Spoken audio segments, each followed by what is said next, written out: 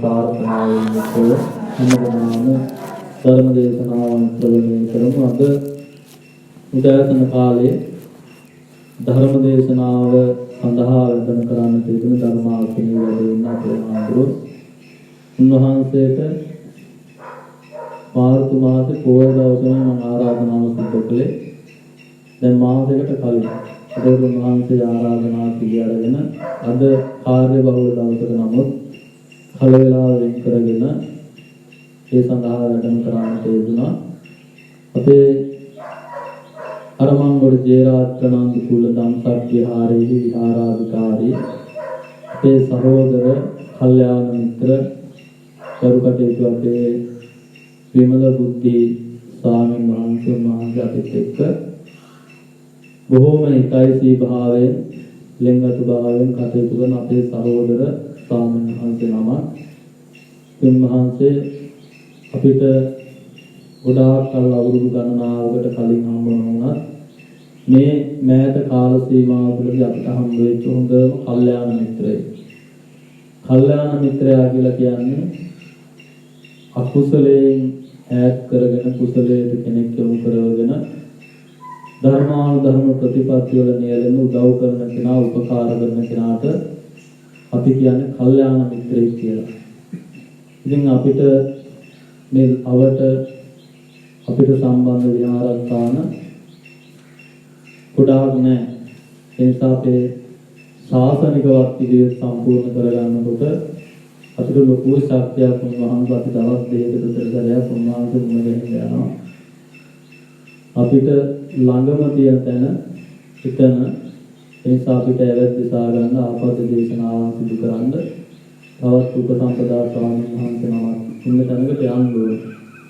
ඒ නිසා දවස් දෙකෙන් දෙකට වගේ අපි හමු වෙනවා. විතරක අපිත් එක්ක සම්බන්ධතාව පවතිනවා. උන්වහන්සේ අපිට ලොකු අනුග්‍රහයක් ඒ පැත්තෙන් සලසලා දෙනවා. ඒ පිළිබඳව අපි හරිය සතුටින් සිහිපත් කරන්නේ. උන්වහන්සේ අපේ පිරිවෙන් විහාරස්ථානයේ කේන්ද්‍ර කරගෙන පහුගිය දවස්වල තිබිච්ච උපසම්පදා මහා විනය කාර්මික උපසම්පදා අධිසීල සංඛ්‍යාත උපසම්පදා දිවියටපත් වෙලා ඒක තමන්ගේ දිවි හිමියෙන් තමන්ගේ උපසම්පදා සීලය ආරක්ෂා කරගන්න විශේෂ මානසික තරුණ ස්වාමීන් වහන්සේ නමක්. ඒ නිසා අපි අතිශයින් උන්වහන්සේ පිළිබඳව ප්‍රසාදයෙන් කටයුතු කරන්නේ. අපේ ගුරු දේවෝත්තම ලොකු ස්වාමීන් වහන්සේත් එහෙමයි. ඒ නිසා අපි මේ වෙලාවේදී උන්වහන්සේට තාම ගෞරවයෙන් ආරාධනා කරනවා, සිහිපත් කරනවා. අපි කෙරෙහි අනුකම්පාවෙන්, අපේ දායක පින්තුන් කෙරෙහි අනුකම්පාවෙන් ධර්මානුශාසනාව සිදු කරවා දෙන හැටියට හැම දිනම සාදු නාද පවත්වලා ධර්ම ශ්‍රවණය කරමු.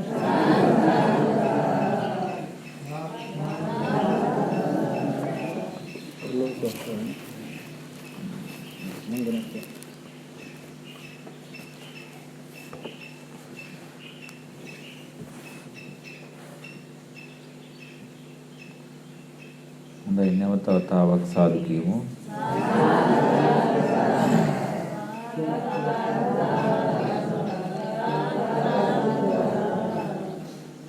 සමන්ත චක්කවාලේසු අත්‍රා ගච්ඡන්තු දේවතා සද්ධම්මං මුනි රාජස්ස සුනන්තු සග්ග මොක්ඛදං ධම්ම ශ්‍රවණ කාලෝ අයං බදන්තා ධම්ම ශ්‍රවණ කාලෝ අයං බදන්තා ධම්ම ශ්‍රවණ කාලෝ අයං බදන්තා නමෝ තස්ස භගවතු අරහතෝ සම්මා සම්බුද්දස්ස නමෝ තස්ස භගවතු අරහතෝ සම්මා සම්බුද්දස්ස නමෝ තස්ස භගවතු අරහතෝ සම්මා සම්බුද්දස්ස පතව්‍යා ඒක රජ්‍යේන සග්ගස්ස ගමනේන වා සබ්බ ලෝකාදිපච්චේක සෝතාපට්ටි පලං වරං.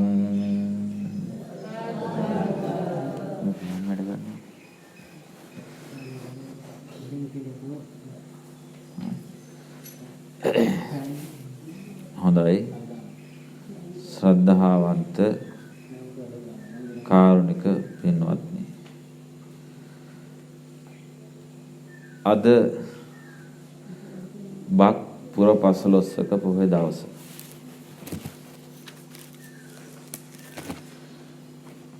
ඉතින් මේ උතුම් 15ක පොහොය දවසේ මේ පින්වත් හැම දෙනාම උදෑසනින්ම විහාරස්ථානයේට පැමිණිලා පෙහෙවත් සමාදන් වුණා. අෂ්ටාංග උපෝසත සීලය සමාදන් වුණා. ඒ කියන්නේ සිල්වත් පිරිසක් බවට පත් වුණා කියන එක. ඉතින් ඔයත්න්ගේ ගමේ විහාරස්ථානයේ ලොකු හාමුදුරුවෝ ඔයත්න් වෙනුවෙන් බොහොම කරුණාවෙන් යුක්තව මේ පොය වැඩසටහන සෝදානම් කරලා තියෙනවා. ඉතින් අද දිනේ පුරාවටම දාන සීල භාවනාදී වශයෙන් තමන්ගේ ආධ්‍යාත්මික කුසලයට යොමු කරන්න පුළුවන් පරිසරයක් සකසලා දෙන්න ඔයත්න්ගේ ලොකු හාමුදුරුවෝ ලොකු කැපකිරීමක් කරනවා. ඉතින් යනු අද උදේ වරුවේ ධර්ම දේශනාවට තමයි මේ විදිහට මේ සම්බන්ධ වෙන්නේ.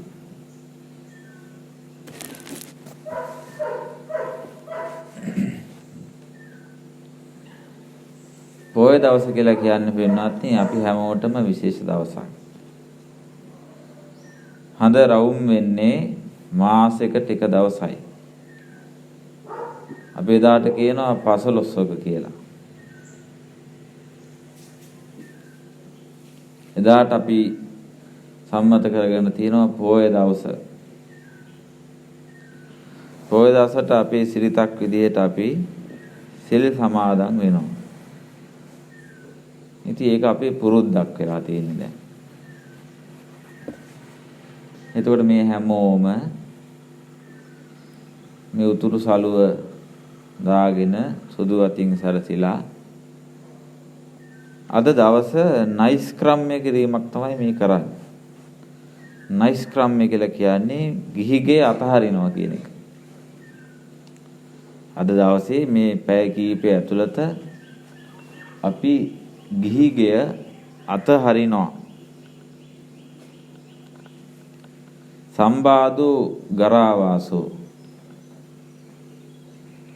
ගිහි ජීවිතය කියලා කියන්නේ සම්බාද සහිත තැනක්.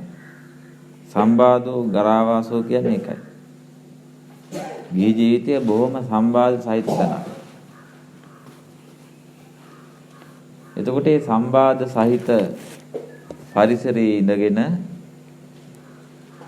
අපිට අපේ හිත දියුණු කරගන්න එක ටිකක් අපහසුයි. එහෙම උණයි කියලා අපිට එකපාරට අබ්බෝකාසෝ බබ්බජ්ජෝ මේ ආකාශයේ වගේ නිදහස් පැවිද්ද තෝරගන්න බෑ. එතනට එන්න අපිට තව ශක්තිය මදි. ඒ නිසා අපි මොකද්ද කරන්නේ? ඒ සඳහා සෝදානම් වීම තමයි මේ පෙහෙවස් සමාදන් වීමෙන් අපි ටිකෙන් ටික මේ සිද්ධ කරන්නේ.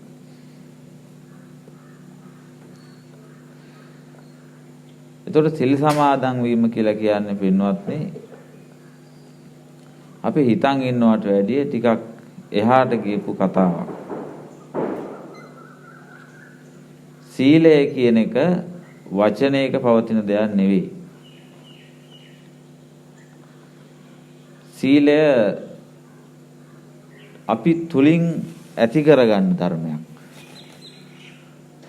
මේ හැමෝම ඇවිල්ලා උදේට සම්මත විදියට විහාරස්ථානයේ වැඩ ඉන්න ස්වාමින් වහන්සේ නමකගෙන් අටසිල් සමාදන් වෙනවා. අපි අටසිල් යාචනය කියලා අපි සිල් ඉල්ල ගන්නවා. ඉල්ලගෙන සමාදන් වෙනවා.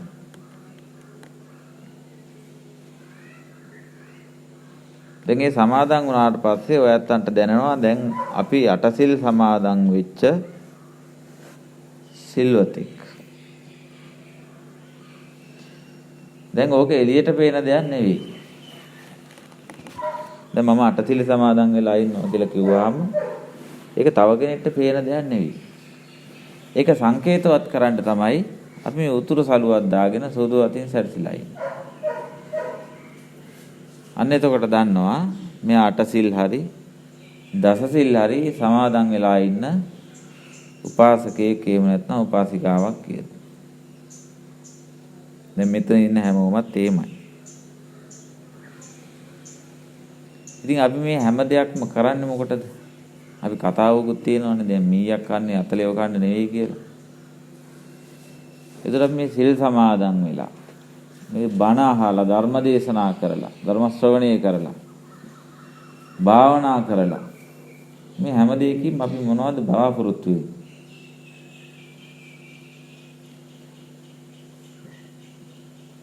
බෞද්ධ විදියට අපි හැමෝගෙම බලාපොරොත්තුවක් තියෙනවා. ඒක හැමෝටම පොදු දෙයක්. ඒ තමයි මේ සසරෙන් නිදහස් වීම. එහෙම නැත්නම් නිවන් දකින්න. ඒක තමයි අපේ බලාපොරොත්තුව නේ.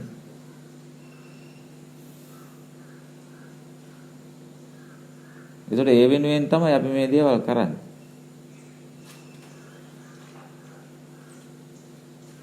ඒතර නිවන කියන එක පින්වත්නි එහෙම ලේසියෙන් පහසුවෙන් අවබෝධ කරගන්න පුළුවන් ධර්මයක් නෙවෙයි. ඒ වෙනුවෙන් සම්පූර්ණ කරන්න ඕනේ ප්‍රතිපදාවක් තියෙනවා. ඒකට අපි කියනවා අනුපූර්ව ප්‍රතිපදාව. මොකද්ද කියන්නේ? අනුපූර්ව ප්‍රතිපදාව. අනුපුබ්බ කිරියා. අනුපූර්ව ප්‍රතිපදාවක් තියෙනවා. ඒ අනුපූර්ව ප්‍රතිපදාව තුළ හැසිරුණොත් තමයි ඒ කියන විමුක්තිය ඒ කියන ස්වභාවයටපත් වෙන්න පුළුවන්. ඒ ස්වභාවයට ඒ උතුම් පරම ස්වභාවයට පත්වීම සඳහා අවශ්‍ය කරන ශක්තියක් තියෙනවා. ඒ ශක්තියට අපි කියනවා පාරමිතා කියලා. මොනවද කියන්නේ? පාරමිතා.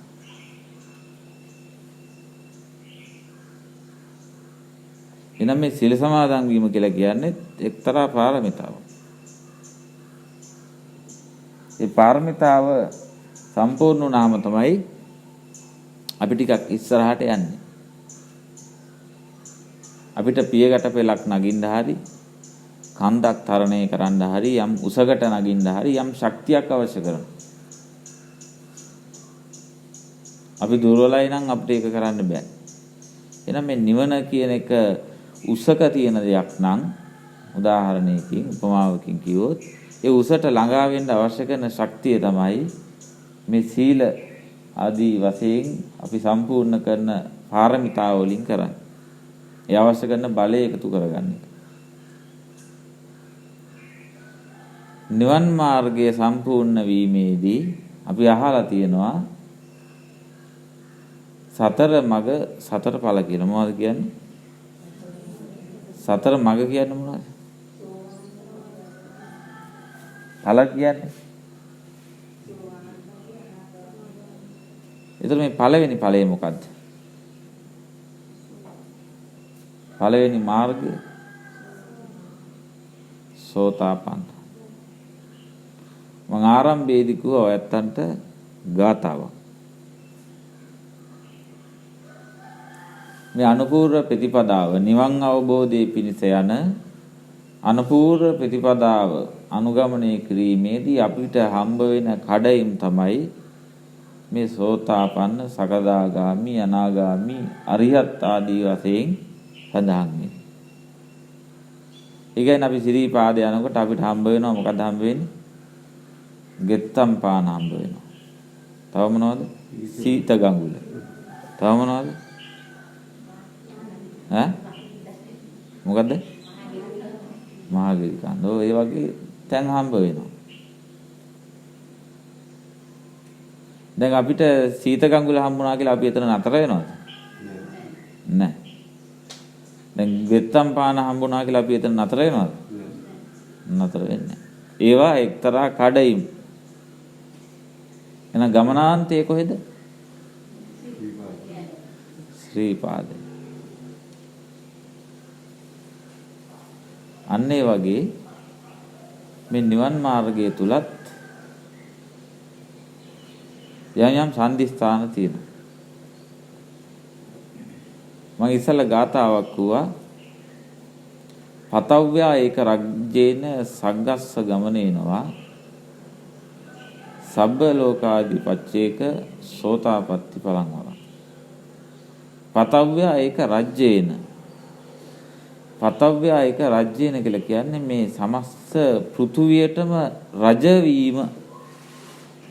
මේ සමස්ත පෘථුවි තලයටම රජ වීමටත් වඩා පතව්‍යා ඒක රජ්ජේන.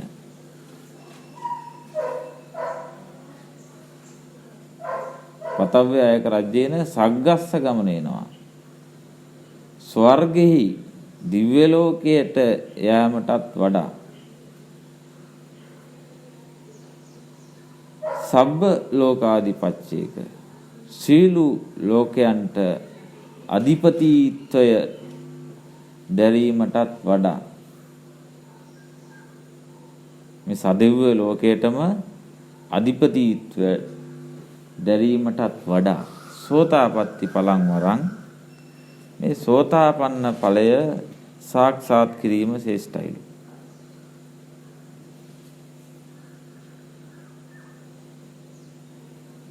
එතකොටයි එහෙම කියන්නේ.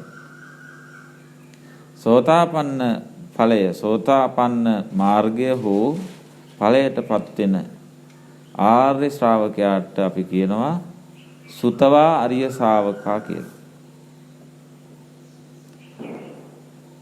ඒ ආර්ය ශ්‍රාවකයා කිසි දිනක සතර අපායටපත් වෙන්නේ නැහැ.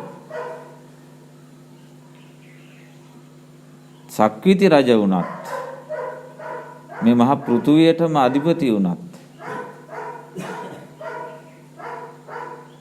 දිව්‍ය ලෝක 6ටම අධිපති වුණත් සක්‍ර දෙවියන්දයා වුණත් සතර පායෙන් ගැලවිලා තියෙනවද? නැහැ. එයාට ඕනෑම වෙලාවක සතර පායටපත් වෙන්න හේතු තියෙනවා. නමුත් කෙනෙක් සෝතාපන්න භාවයටපත් වුණොත් ඒ උතුම් ආර්ය ශ්‍රාවකයා සදහටම සතර පායෙන් නිදහස් වෙනවා.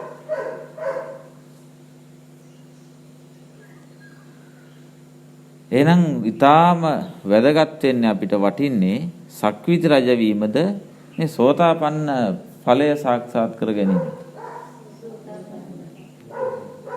කොහොමද ඒක කරගන්නේ?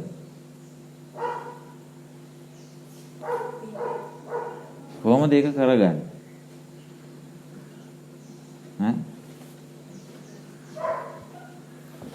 සෝත ආපන්න. මොකද්ද මේ සෝත ආපන්න කියන්නේ? සෝත කියලා කියන්නේ මොකද්ද? සෝතේ කියලා කියන්නේ. සෝත කියන pāli වචනේ තේරුම් කිහිපයක් තියෙනවා.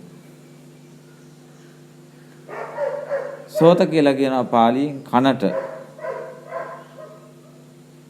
තවත් අර්ථයක් තියෙනවා සෝත කියන එකට සැඩපහර. මොකද කියන්නේ? සැඩපහර අනිත් එක කන. සෝතාපන්න.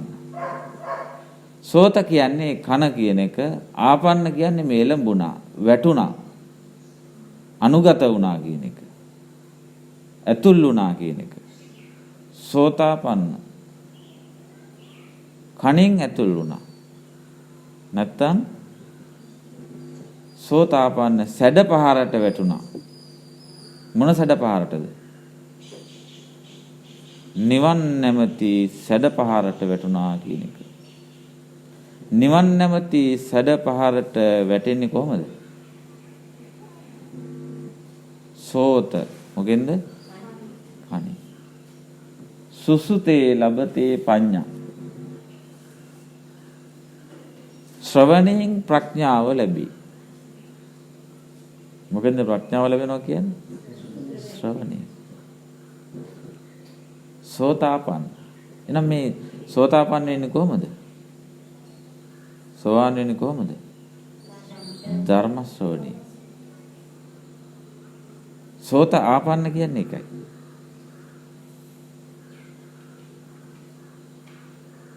ඒ සඳහා අවශ්‍ය කරන ශ්‍රවණය කිරීමක් තියෙනවා. ඊට අදාළ කරන වචන ටිකක් තියෙනවා. ඒ වචන ටික ඇහෙනකොට ඒ මුතුන් මිනිසයා ඒ පාරිශුද්ධ ස්වභාවයටපත් වෙනවා. එහෙනම් මේ පාරිශුද්ධ ස්වභාවයටපත් වෙනවා කියන්නේ මේ අපේ පෙනුම වෙනස් වෙනවා කියන එකද? අපිට මැජික් පෙන්වන්න පුළුවන් කියන එකද? නැහැ. අපේ ප්‍රඥාව අවදි වෙනවා. මොකද අවදි වෙන්නේ? ප්‍රඥාව.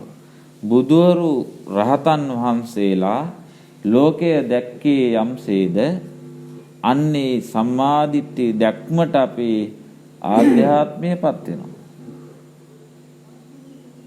අපේ ආධ්‍යාත්මය උන්වහන්සේලා ලෝකයේ දේශ දැකපු විදිහට දකින තැනට සකස් වෙනවා. එහෙනම් ඒක මහා අමුතු දෙයක් නෙවෙයි. සෝතාපන්න කියන්නේ ආධ්‍යාත්මික පරිවර්තනයක්. ඒක බාහිරින් පේනවද? නැහැ. ඒක තම තමා තුලින් දැක ගන්න ධමයක්. පච්චත්තං වේතබ්බෝ කිව්වේ ඒකයි.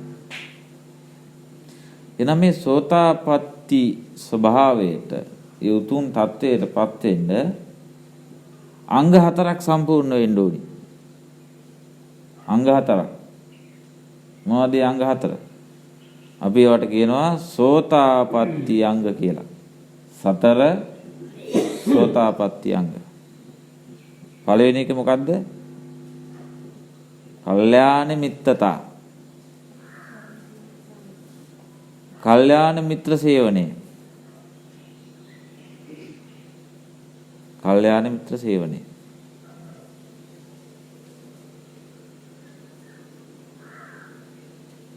අපේ අවසරයි පියරතන ස්වාමීන් වහන්සේ මුලදී මතක් කරා කල්යාණ මිත්‍රයා ගැන.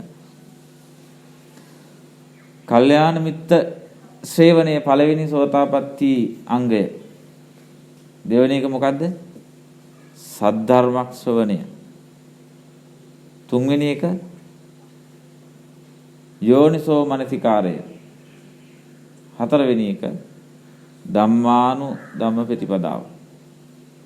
මෙන්න මේ කාරණා හතර යම් ආර්ය ශ්‍රාවකෙක් සුතවා ආර්ය ශ්‍රාවකෝ බණ අහන ආර්ය ශ්‍රාවකෙක් තුල වැඩෙනවාද පරිපූර්ණ වශයෙන් වැඩෙනවාද ඔහු සෝතාපන්න ආර්ය ශ්‍රාවකෙක් වෙනවා. මේ ලෝකේ ඉන්නවා පුද්ගලයෝ දෙන්නෙක්, එක්කෙනෙක් සුතවා ආර්ය ශ්‍රාවකෝ, අනිත් එක්කෙනා අසුතවා පුතඥෝ. අසුතවා පුතඥෝ කියන්නේ බණ අහන්නේ නැති පුතඥ තෙම.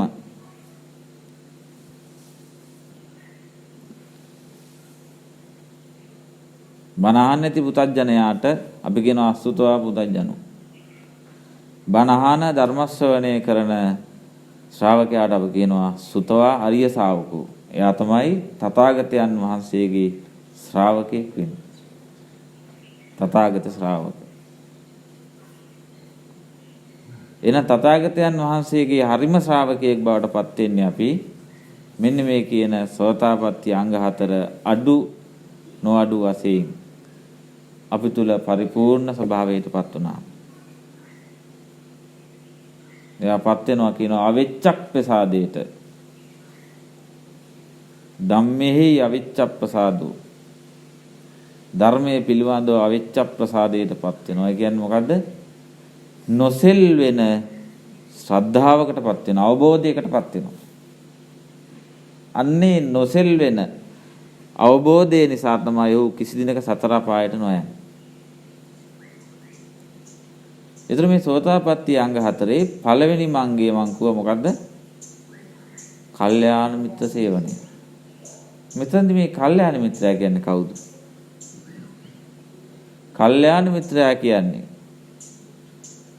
ඔබට මේ සසරෙන් නිදහස් වෙන පණිවිඩය ඇසෙනවා නම් ඔබ අකුසලයෙන් මුදවලා කුසලයේ තුල සමාදන් කරවනවා නම් ඔබ පවින් මුදවලා පිනෙහි යොදවනවා නම් ඔබේ වැරදි දැකලා නිවැරදි කරනවා නම් ඔබට ආර්ය මාර්ගයේ තුල හික්මෙන විදියට උපදේශ අවවාද අනුශාසනා කරනවා නම් කෙටියෙන්ම කියනවා නම් නිවන් දැකීම පිණිස ඔහුගේ මුවින් පිට වෙන සෑම වචනයක්ම ඔබට පිහිටක් වෙනවා නම් ආශිර්වාදයක් වෙනවා නම් ලෝකේහි දුකත් ලෝකේ හට ගැනීමත් ලෝකේ අවසන් කිරීමත් ලෝකේ නිදහස් වීමත් නිදහස් වීමේ මාර්ගයත් කියන මේ චතු ආර්ය සත්‍ය ඔබට ඇසෙනවා නම් ඒ කල්යාණ මිත්‍රයාගේ ඔහු ගිහියෙක් වෙන්න පුළුවන් පැවිද්දෙක් වෙන්න පුළුවන් ස්ත්‍රියෙක් වෙන්න පුළුවන් පුරුෂයෙක් වෙන්න පුළුවන් ඔහු කවුද? ඔහු තමයි කල්යාණ මිත්‍රයා. ඔහුව සලකන්න කියලා කියන්නේ කොහොමද? නිදීනංව පවත්තාරං යම් පස්සේ වජ්ජ දස්සිනං නිග්ඝය වාදීන් මේදාවීන් තාදි සම්පණ්ඩිතම් බජේ තාදි සම්බජමානස්ස සෙය්‍යෝ හෝතින පාපියෝ. යම් පුරුෂයෙක් ඔබේ අඩුවක් දැක ඔබේ වරදක් දැක නිවැරදි කරන්නේද? ඔහු සැලකිය යුත්තේ කවුරු විදියටද? සංගවල තිබිච්ච නිදානයක් තිබූ තැන පෙන්වන්නේ කුසේ. සංගවල තිබිච්ච නිදානයක් තිබිච්ච තැන අහවල් තැන නිදානයක් තියෙනවා කියලා අපිට පෙන්නනවා නම් අන්නෙවෙනි කෙනෙකුසේ සැලකිය යුතුයි. අපේ වරදක් දැකලා පෙන්නන කෙනා කවුරු විදියට දකින්න කියන්නේ? නිදානයක් පෙන්නන කෙනෙක් වගේ.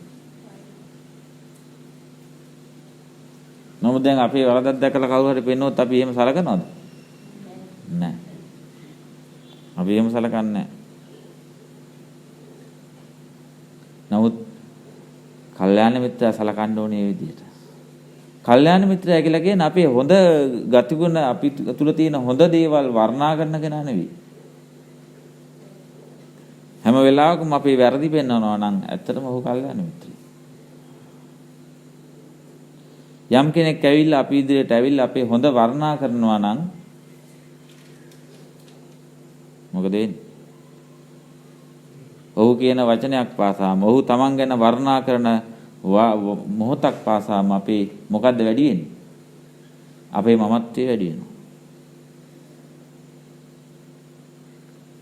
තමන්ට තමන් ගැන තියෙන වටිනාකම වැඩි වෙනවා. තමන්ට තමන් ගැන තියෙන වටිනාකම වැඩි වෙන ප්‍රමාණයටම අපි මේ සසරේ අතරමං වෙනවා.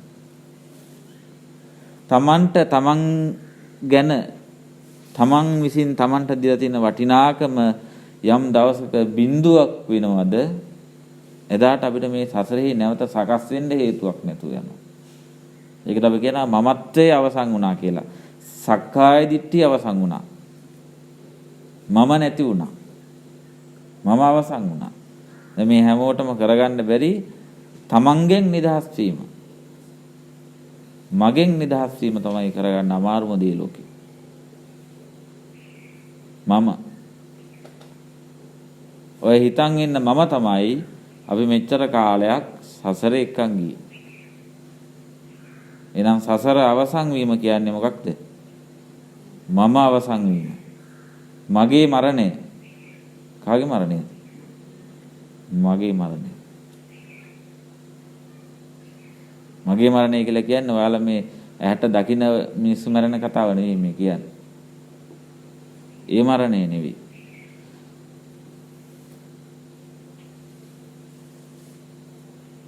අන්න එතනටපත් වෙන්න පුළුවන් විදිහට තමන්ගේ මමත්වයට පහර දෙන යම් පුරුෂයෙක් ඉන්නවනම් යම් පුද්ගලයෙක් ඉන්නවනම් ඔහු කල්යාණ මිත්‍රයෙක්. අන්නෙවනි උතුම් කල්යාණ මිත්‍රව ආශ්‍රය කරන්න ලැබීම මහ භාග්‍යයක්. අන්නෙවනි කල්යාණ මිත්‍රයෙක් අපිට ආශ්‍රය කරන්න ලැබෙනවා නම් දෙවෙනි කාරණාව සම්පූර්ණ වෙනවා. මොකද්ද දෙවෙනි කාරණාව? සෝතාපට්ටි අංග 4 සද්ධර්ම ශ්‍රවණය. දැන් කල්යාණ මිත්‍රයා නැත්තම් අපිට සද්ධර්ම ශ්‍රවණය වෙනවද? නැහැ. කල්යාණ මිත්‍රයෙක් නැත්තම් එහෙනම් ලෝකේ තියෙන දුර්ලභවම කාරණා 4 උදාහරණ පැහැදිලි කරනවා. කල්යාණ මිත්‍ර සේවනයේ මහන්නේ කල්යාණ මිත්‍ර සේවනයේ දුර්ලභයි. සද්ධර්ම ශ්‍රවණයේ දුර්ලභයි. බුදුවරුන්ගේ පහළ වීම දුර්ලභයි. දුර්ලභ කාරණා. එහෙනම් කල්යාණ මිත්‍රයෙක් හම්බ වෙන්න අපිට බොහොම ආභෝගකින්. කල්යාණ මිත්‍රයෙක් මුණ ගැසීමට සසරේ මහා කුසලයක් පුරලා තියෙන්න ඕනේ. අපිට වැඩිපුරම හම්බ වෙන්නේ කල්යාණ මිත්‍රයෝද අසත්පුරුෂයෝද? අසත්පුරුෂයෝ. අසත්පුරුෂයාගේ ලක්ෂණ මොනවද? අසත්පුරුෂයා අපිව මෙහෙවන්නේ කොහාටද? සසරට. අසත්පුරුෂයා හැම වෙලාවෙම වර්ණනා කරන්නේ මේ සසරේ තියෙන ආස්වාදය. නැවත ඉපදීමේ තියෙන ආස්වාදය. මේ කාම ලෝකයේ තියෙන ආස්වාදය. යමෙක් වර්ණනා කරනවද? අගය කරනවද? අපි ඒ වෙනුවෙන් පොළඹවනවද? ඇත්තටම අසත්පුරුෂයෙක්. සම්මතෝලකේ මිනිස්සෙක් විදිහට හොඳ වෙන්න පුළුවන්. නමුත් අපි මෙතන කතා කරන්නේ මේ අපේ පරම නිෂ්ඨාව, අපේ අභිමතාර්ථය නිවන් මාර්ගයේ වැඩිීමේදී ඒ කියන තැනේ ඉඳලා බලනකොට ඒ මාර්ගයට බාධාව පිණිස යම් වචනයක් අපිට කෙනෙක්ගෙන් ඇහෙනවා නම් ਉਹ අසත්පුරුෂයෙක්. එවැනි අය අසුරෙන් ඉවත් කළ යුතුයි. ඈත් විය යුතුයි. මොකද මේක අපි තනිව යන ගමනක්. කල්යාණ මිත්‍ර සම්පත්තිය සම්පූර්ණ නම් දෙවෙනියට වෙනවා කිව්වා මොකද්ද? සද්ධර්ම ශ්‍රවණය. සද්ධර්ම ශ්‍රවණය. මොකද්ද මේ සද්ධර්ම ශ්‍රවණය කියන්නේ? සද්ධර්ම ශ්‍රවණය. සත් කියන්නේ මොකද්ද? සත් කියන්නේ හොඳයි කියන එක, යහපත් කියන එක, අර්ථවත් කියන එක. ධර්මය කියන්නේ සත්‍ය කියන එක. සත්‍ය. මේ කාරණා හතර පැයෙන් විස්තර කරන්න බෑ ඇත්තටම. සත් කියන්නේ හොඳයි යහපත් කියන එක. ධර්මය කියලා කියන්නේ සත්‍ය කියන එක. ඇත්ත යථාර්ථය.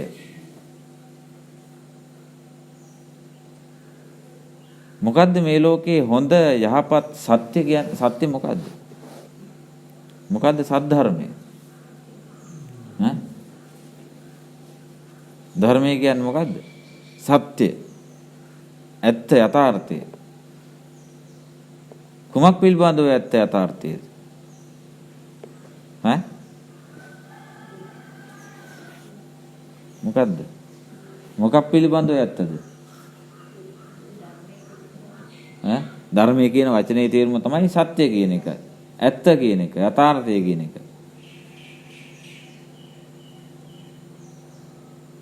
මොකක් පිළිබඳව ඇත්තද? දැන් කල්යාණ මිත්‍රයා විසින් කියන්නේ කල්යාණ මිත්‍ර සේවනයේ නිසා සද්ධර්ම ශ්‍රවණය වෙනවා.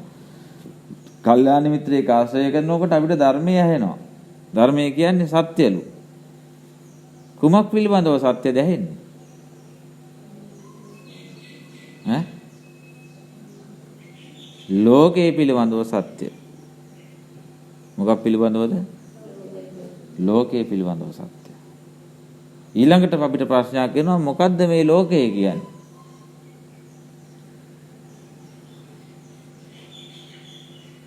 තථාගතයන් වහන්සේට කෙනෙක් ඇවිල්ලා අහනවා උන්වහන්සේගෙන් ස්වාමීනි ලෝකය කියන මොකද්ද මේ ලෝකය කියන්නේ? ඉමස්මින් ය ව්‍යාමත්තේ කලේ භරේස සංයමේස මනකේ ලෝකංච පඤ්ඤපේමි. ලෝක සමුදයංච ලෝක නිරෝධංච මග්ගංච පඤ්ඤපේමි. මහණෙනි බඹයක් පමණ වූ ශරීරය සහ සිත යම් තැනක එකතු වුණාද එතන මම ලෝකයයි පනවමි.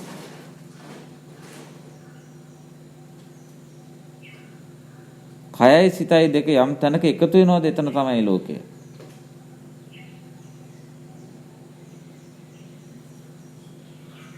අන්නේ ලෝකයේ පිළිබඳව ඇත්ත තමයි ධර්මය කියලා කියන්නේ. නැත්තම් අපි ලෝකය කියලා කිව්වහම අපිට එන්නේ ඉස්සෙල්ලාම එන්නේ මොකද්ද? ඔළුවට. ලෝකය කියලා කිව්වහම මොකක්ද එන්නේ? මේ බාහිරින් පේන දේවල්. ගිරහඳ තාරකා, ගස්ගල්, පර්වත, චක්‍රාවාට, මන්දාකිනි මේවා තමයි ලෝකය කියලා අපි දකින්නේ. නමුත් බුදුහාමුදුරුවෝ පැහැදිලි කරේ ඒක නෙවෙයි. ලෝකය කියලා කියන්නේ තම තමා තුල සකස් වෙන දෙයක්. ලෝකේ එළියේ තියෙන එකක්ද? නෑ. තමන් තුල තියෙන එකක් ලෝකය කියන්නේ. ලෝකය. එනම් මේ තමා තුල සකස් වෙන ලෝකයේ පිළිබඳව ඇත්ත තමයි බුදුහාමුදුරු තථාගතවරු මුනිවරු ලෝකයට දේශනා කළේ. දැන් එහෙනම් ධර්මයේ කියලා ඔබට ඇහෙන්න ඕනේ මොකද්ද?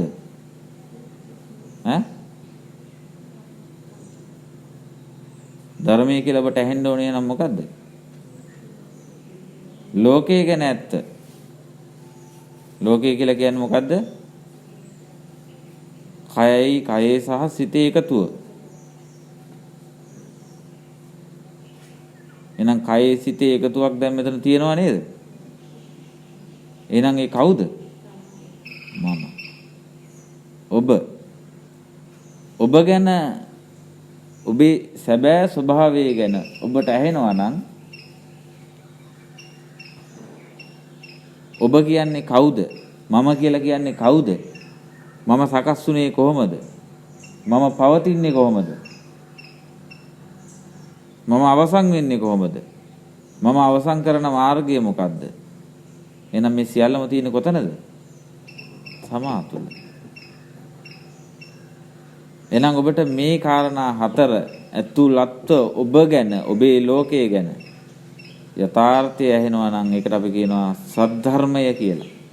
දැන් මේ සද්ධර්ම ශ්‍රවණය වෙන්නේ කවුරු නිසාද? කල්යාණ මිත්‍ර සේවනයේ හින්දා. කල්යාණ මිත්‍ර සේවනයේ හින්දා. කල්යාණ මිත්‍රතා සද්ධර්ම ශ්‍රවණ. මේ ලෝකයේ පිළිබඳව ඇත්ත මොකද්ද? දැන් අපි කිව්වා ඉස්සෙල්ලා ධර්මය කියන්නේ සත්‍ය කියලා. සත්‍ය කියන්නේ මොකද්ද කියලා හොයාගෙන යනකොට අපිට තේරුණා අපි දැනගත්තා ලෝකයේ පිළිබඳව ඇත්ත කියලා. දැන් ලෝකය කියන්නේ මොකද්ද කියලා හොයාගෙන යනකොට අපිට තේරුණා මේ කයයි සිතයි දෙක යම් තැනක එකතු වුණාද ඒක තමයි ලෝකය. සංයමයේ මනකේ ලෝකංච පඤ්ඤමී.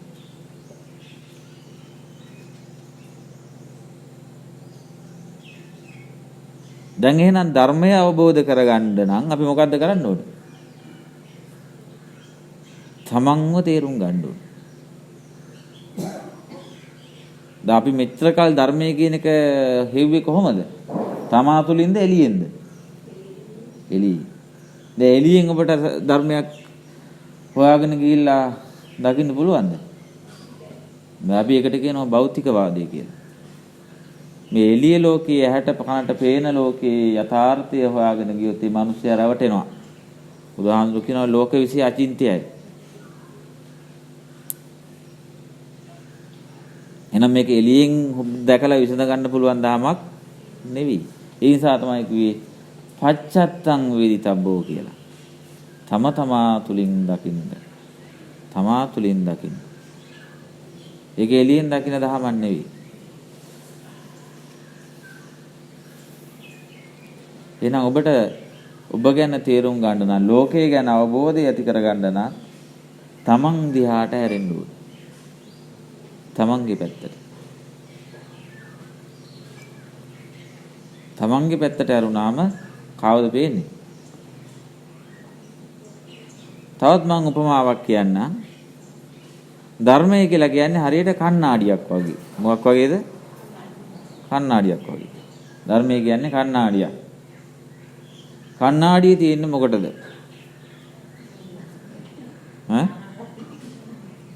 කණ්ණාඩියේ තියෙන්නේ මොකටද? තමන්ගේ අඩුපාඩු මූණේ තියෙන කොණ්ඩේ තියෙන අඩුපාඩු ටික බලා ගන්න. දැන් අපි කණ්ණාඩි ඉස්සරහට යන්නේ මොකටද?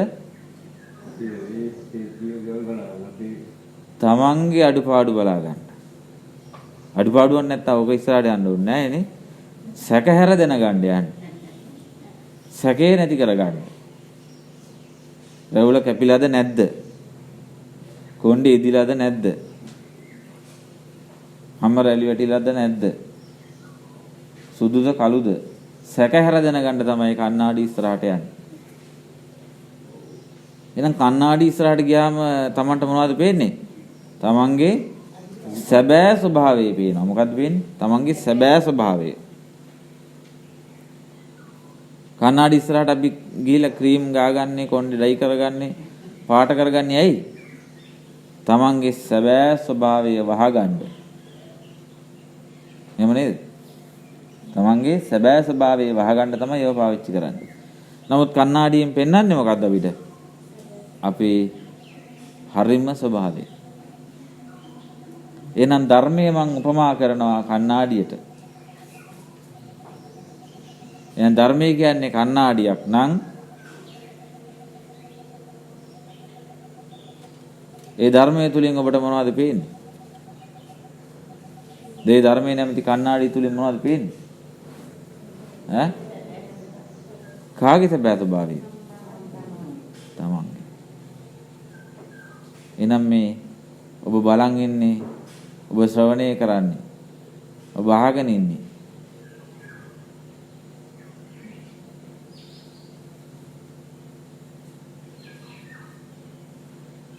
කණ්ණාඩියක් දිහා.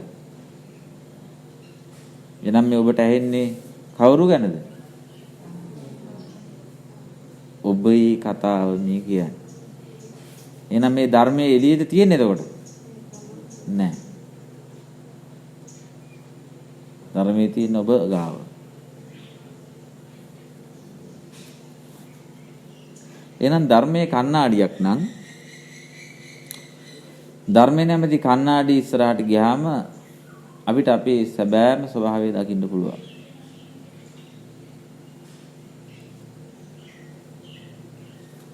තමන්ගේ සැබෑම ස්වභාවය අපි දකිනවාද? ඒක තමයි ලෝකයේ පිළිබඳව ඇති සැටිය දකින්නවා කියලා කියන්නේ. තියෙන ස්වභාවය. ඒක කණ්ණාඩිය සංගවන්නේ නැහැ. කණ්ණාඩිය තියෙන ස්වභාවයම මේ විදිහටම පෙන්වනවා. එහෙනම් ධර්මය කියන්නේත් ඒ වගේම දෙයක්. තමන්ගා වැඩිපුර වැරදි තියෙනවා නම් ඔබට වැඩිපුරම ඇහෙන්නේ මොනවද? ඔබේ අඩුපාඩු.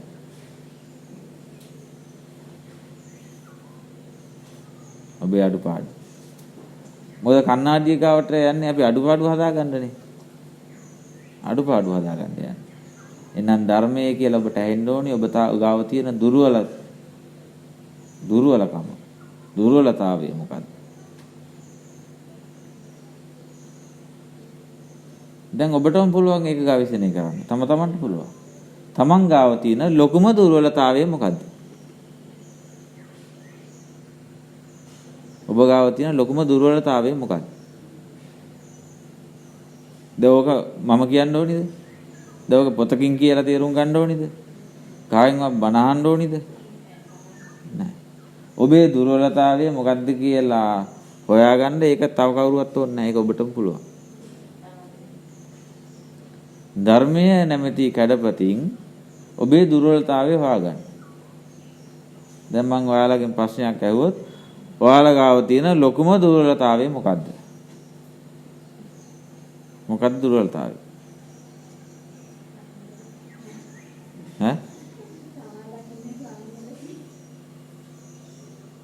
ඒකත් ලොකු දුර්වලතාවයක්. ඒතකොට තමා දකින්න නැතුව අනුන්ව දකිනවා. හරි. අපි එතනින් තව ටිකක් අතොලට ගියොත් එහම දැන් අනුන් කියලා දකින්නේ කවුද මේ? කණ්ණාඩි ඉස්සරහට ගිහිල්ලා මම අනුන්ව දකිනවා. දැන් කණ්ණාඩිය ඇතුලේ තියෙන රූපේ ගැන මම මොනවද මේ කියන්නේ? දැන් කණ්ණාඩිය ඉස්සරහට යනවා. කණ්ණාඩි ඉස්සරහට ගියාට පස්සේ කණ්ණාඩිය ඇතුලෙන් කෙනෙක් පේනව නේද? අන්න ඒ පේන කෙනා ගන්න අනුන් කියලා. දැන් මේ පේන කෙනාගේ අඩුපාඩු ටික කියන්න බලන්න. ඒක කාගේ අඩුපාඩුද මේ දැකලා තියෙන්නේ? ඒක තමයි ඇත්තටම වෙන්නේ. එහෙනම් මේ අනුන් කියලා කෙනෙක් අපිට හම්බ වෙලා තියෙනවද? නැහැ. මට හම්බ වෙන්නේ කාවද? තමන්ව. කණ්ණාඩි ඉස්සරහදීත් නෙවෙයි, ඒක ඇත්ත ලෝකෙත් එහෙමම තමයි. මොකද අපිට බාහිරින් කෙනෙක් හම්බ වෙලා නැහැ.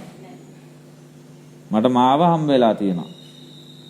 එළියේ ඉන්න කිසිම කෙනෙක් මට හොඳක් කරලත් නැහැ, නරකක් කරලත් නැහැ. මම මටම කරගෙන, මම මටම හොඳ කරගෙන, මම මටම නරක කරගෙන. එහෙනම් තව කෙනෙක් ගැන අපි විවේචනය කරනවද, වැරදි කියනවද, හොඳ කියනවද? ඒ කවුරු ගැනද කියලා තියෙන්නේ? තමන් ගැන.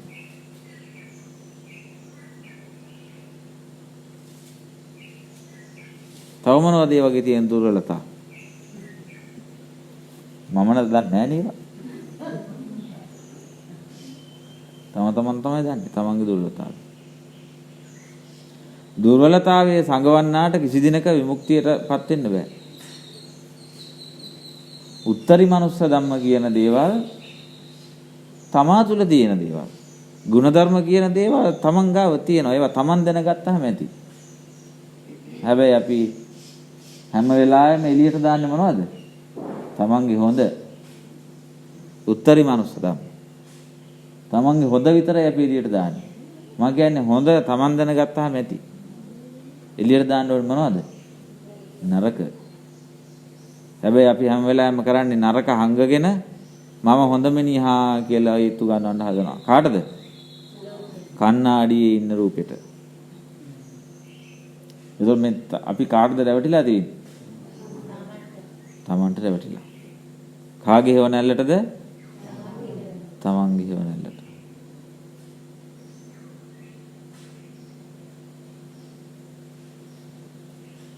එතකොට තමන්ගාව තියෙන නරක කොච්චර දුරට මම නරකද?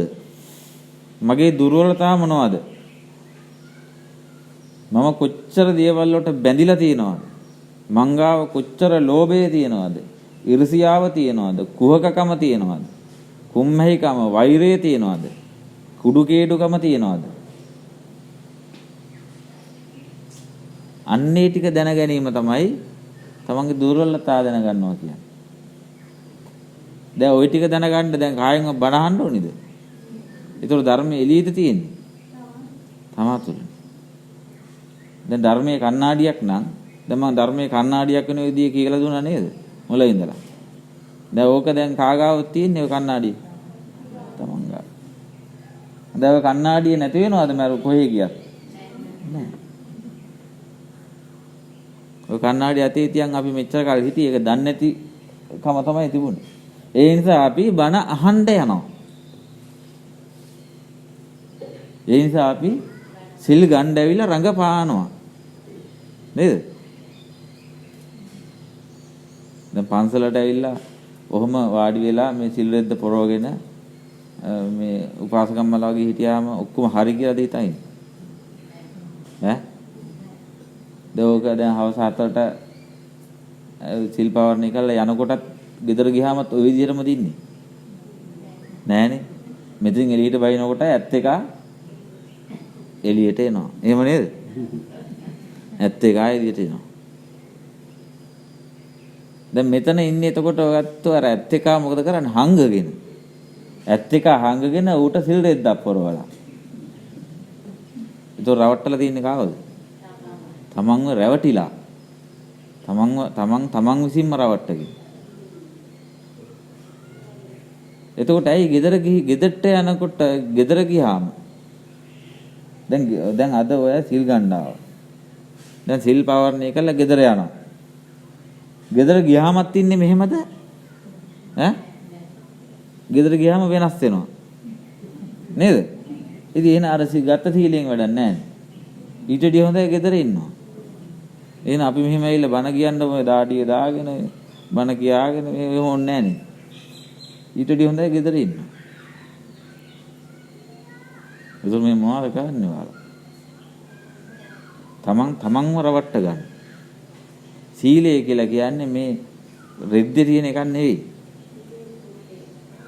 තමන්ගේ දුර්වලතාවය හඳුනා ගැනීම, දුර්වලතාවයෙන් නිදහස් වීම, දුර්වලතාවයෙන් නිවැරදි වෙන්න දුරතාවයේ තීරුම් අරගෙන ඒක නිවැරදි කරගන්න උත්සාහ කිරීම තමයි ආයති සංවරය ඇති කර ගැනීම තමයි සීලය. දැන් ඕක කාගෙන්වත් ගන්න දෙයක්ද?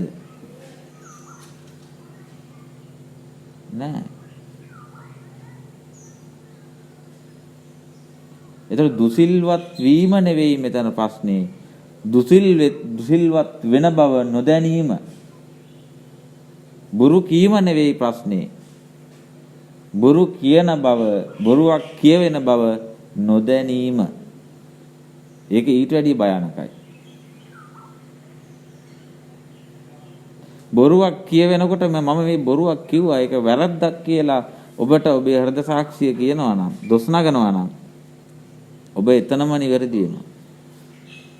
මේ ලෝකේ සර්ව සම්පූර්ණ නිවැරදි මිනිස්සු නැහැ.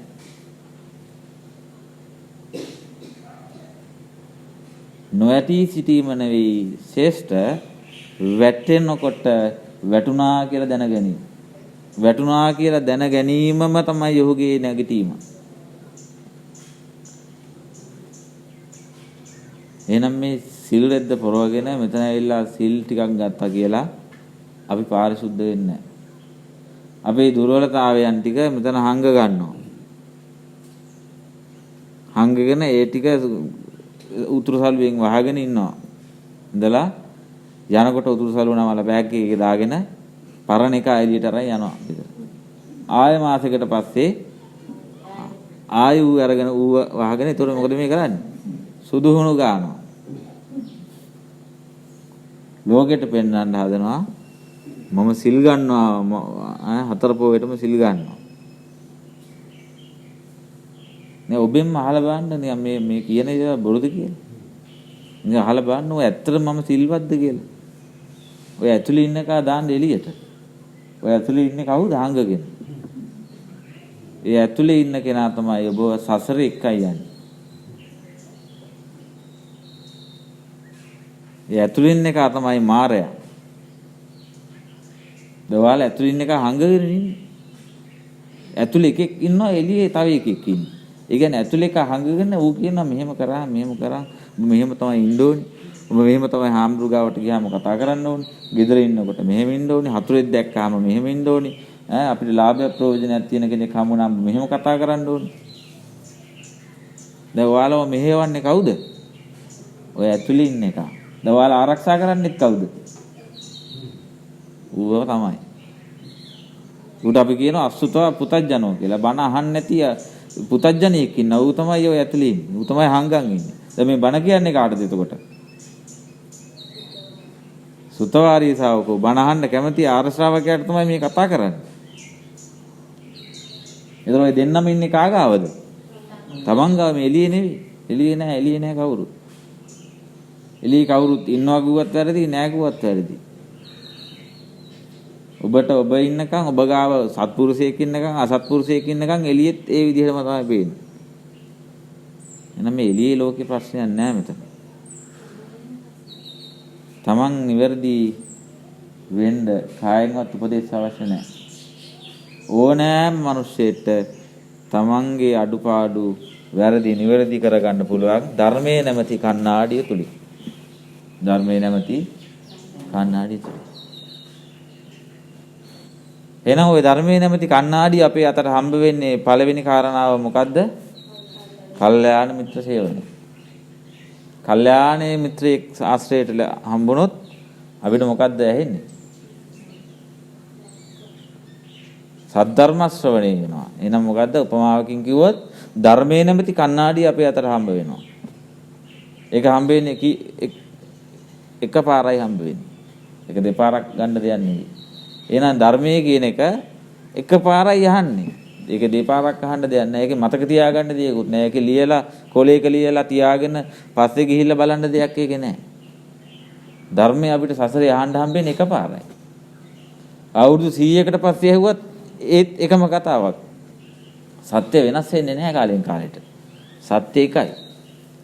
ඒකේ කවුරු කිව්වත් සත්‍ය සත්‍යම තමයි. තුන්වෙනි එක මොකද්ද? යෝනිසෝ මනසිකාරය. යෝනිසෝ මනසිකාරය කියලා කියන්නේ තමන්ගේ අඩුපාඩුව වෙච්ච ශනේකින් ඒ ධර්මයේ නැමැති කණ්ණාඩිය තුලින් දැකීම තමන්ගේ ආධ්‍යාත්මය තමන්ගේ චින්තනයේ ඒ වෙනුවෙන් යෙදවීම බුදුවරු රහතුන් ලෝකයේ දැකපු විදිහට තමන් දකින විදිහ. හතරවෙනි කාරණා මොකද්ද? ධම්මානුධම්ම ප්‍රතිපත්තිය. ධම්මානුධම්ම ප්‍රතිපදා. ඒ කියන්නේ මොකද්ද? ක්‍රියාත්මක වීම. දවය හතර තියෙන්නේ කොතනද? සමංගා. කල්යාණ මිත්‍රයා, සද්ධර්ම ශ්‍රවණය, යෝනිසෝ මනසිකාරය, ධම්මානුධම්ම ප්‍රතිපදාව. ඔය හතර අඩු වැඩි වශයෙන් යම් ආර්ය ශ්‍රාවකයෙක් තුළ පවතිනවාද? ඔහු සෝතාපන්න මාර්ගයේ හෝ ඵලෙහි පවතිනවා. ඒක අපිට කියන්න බෑ.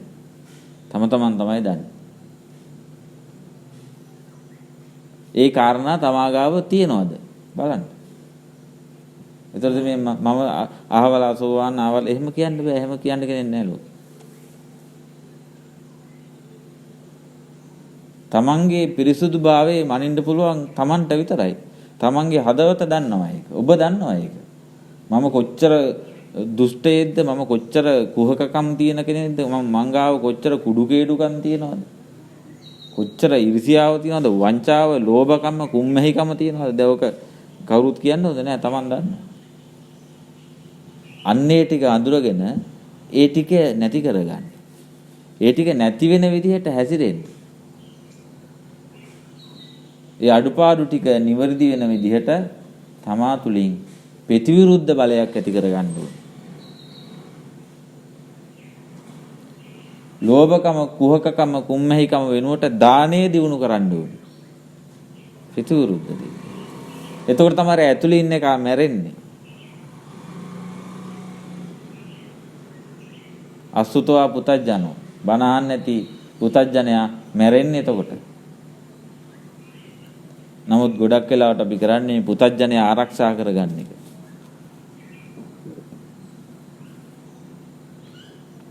එහෙනම් අපේ වෙලාව ඉවරයි. 10යි 12යි.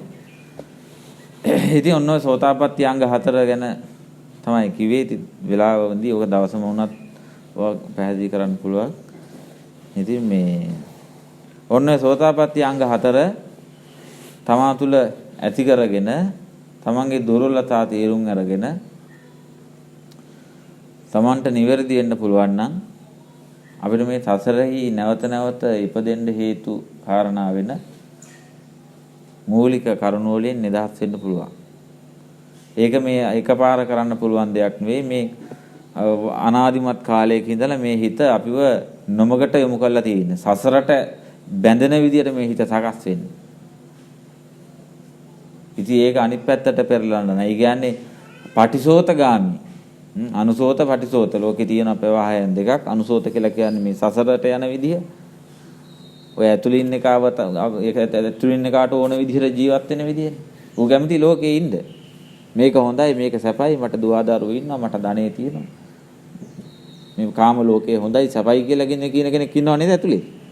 ඉන්නව නේද? හැමෝගාම ඉන්නව, නැති වෙන්න බෑ. ඌ කියන විදිහට යන එක තමයි අනුසෝත කියලා කියන්නේ. ඒක ලේසි නෑ, ඒක හරි ලේසි, අමාරු නෑ, ඒක හරි ලේසි. ඒක හරි ලේසි. නමුත් පටිසෝත කියලා කියන්නේ ඌට විරුද්ධව නැගී සිටීම. ඒකට අපිට ලොකු කුසලයක්, ශක්තියක්, බලයක් ඕන කරනවා. ඒ කියන්නේ කවුරු වැඩි කරගන්නද? කවුරු බලවත් කරගන්නද? සුතෝ ආර්ය ශාවකෝ තමන් ගාව ඉන්න ආර්ය ශ්‍රාවකයා බලවත් කරගන්න. දැන් ඔබ තේරුම් ගන්න ඔබ දිහා බලලා මං ගාව ඉන්නේ බණ අහන්නේ නැති අසුතවා පුතඥයේද සුතෝ ආර්ය ශාවකෝ ධර්ම ශ්‍රවණය කරපු ආර්ය ශ්‍රාවකයෙක්ද කියලා තමන්ටම බලා ගන්න පුළුවන්. තරාදීක දැම්මම තමන්ට තේරෙනවා තමන් ඉන්නේ මොන පැත්තේද කියලා. එතකොට තමන්ටම තේරුම් ගන්න පුළුවන් මම මොකද්ද වැඩි කරගන්න ඕනේ, මොකද්ද අඩු කරගන්න ඕනේ. ඒක තමයි මේ ආර්ය මාර්ගයේ ආරම්භය. ඒක තමයි ආරම්භය.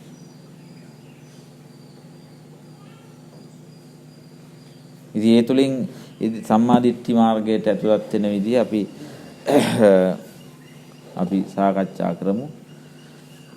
ඉතින් වෙලාව නැති නිසා ඔන්න ඔය කාරණා ටික ඇත්තටම මේ බක්පුර පසවසක පොහොය දවසේ නිතර යත්තන්ට පැහැදිලි කරන්න ලැබීම අවස්ථාවක් හැටියට ලැබීම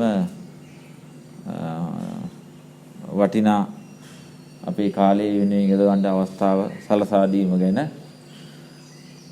අපි පියතිස්ස ස්වාමින් වහන්සේට අපි පුණ්‍යානුමෝදනා කරන්න ඕනේ.